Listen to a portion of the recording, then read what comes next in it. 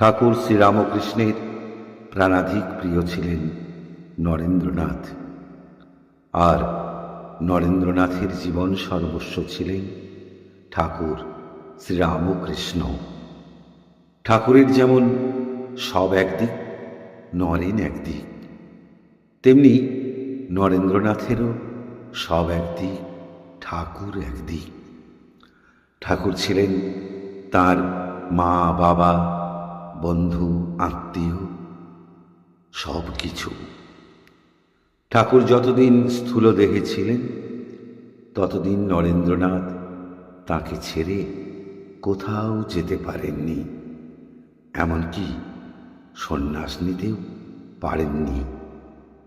ঠাকুরের প্রতি তার ভালোবাসার কথা নরেন্দ্রনাথ উল্লেখ করে বলছেন, শ্রীরামকৃষ্ণের দেহাবসানের পরে আমি সন্ন্যাসী হয়েছি। তিনি বিবেকানন্দকে দেখে যাননি, তিনি শুধু তার নরেনকে চিনতেন।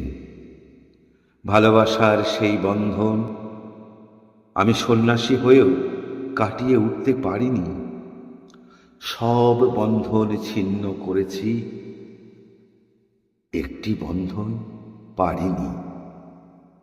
শ্রীরামকৃষ্ণ যতদিন জীবিত ছিলেন আমি সন্ন্যাসী হতে পারিনি। তিনি দীক্ষা দিয়েছিলেন আমাকে, সন্ন্যাসীর দীক্ষা। কিন্তু সর্বত্যাগী সন্ন্যাসী হয়ে কিছুতেই তার চোখের আড়ালে যেতে দেননি, হতে দেননি নিঃসঙ্গ পরিব্রাজক। বড্ড যে ভালোবাসতেন আমাকে। আমি সন্ন্যাসী হয়ে গেলে তার চোখের জল পড়ত।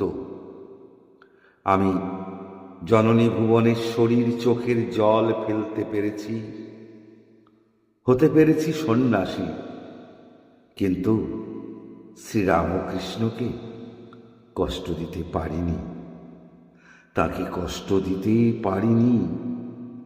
তাকে কষ্ট দেওয়ার কষ্ট আমি কি সহ্য করতে পারতাম?